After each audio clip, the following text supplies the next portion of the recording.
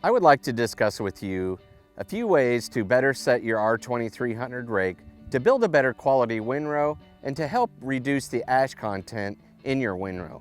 Let's walk through them. So the first thing we want to do is adjust the basket pitch. So if we compress this spring, it's going to pitch the basket inwards. That will provide a more fluffy, arid windrow that helps air to get through the windrow. Now, if you're in windy conditions, you don't want the hay to dry out quite as fast, we would decompress the spring and allow the basket to be pitched outwards.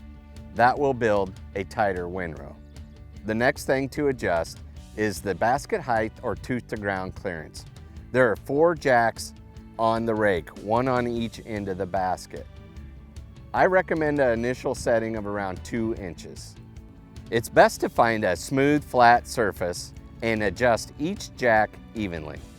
The next thing we're going to do is adjust the basket width. Remember, we want a 4-foot windrow for a 4-foot baler and a 5-foot windrow for a 5-foot baler. To select the basket width, on the controller, select the windrow width and then engage the hydraulic lever. The last thing to remember in building the optimal windrow is adjusting your ground speed. Remember, the faster you drive, the more hay you're going to put into the center of the windrow. The slower you drive, the more hay will end up on the outside of the windrow, building a box-styled windrow. Always remember to refer to your operator's manual for all the proper adjustments.